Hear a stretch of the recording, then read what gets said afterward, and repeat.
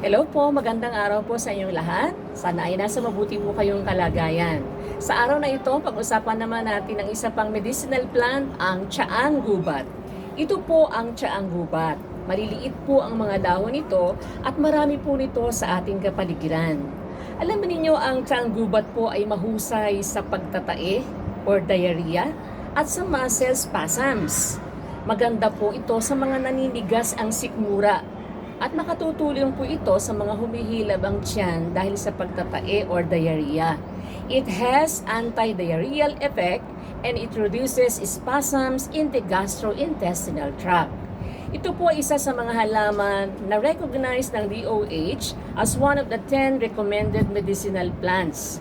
Ang sabi po ng isang naturopathic practitioner, kumuha ka ng isang tasa ng tsaang gubat, gupit-gupitin po ninyo. Lahat po ito mula dahon hanggang sa ugat.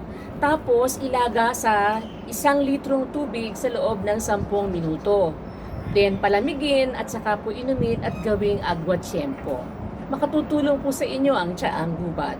Pero syempre, hindi naman po ibig sabihin na hindi na tayo magpapatingin sa doktor kung meron tayong nararamdamang sakit. Mas maganda pong kumonsulta tayo sa ating mga doktor kung meron tayong nararamdaman. Pero makatutulong po sa inyo ang pag-inom ng tsaang gubat. Maraming salamat po. Sana ay may natutuhan po kayo.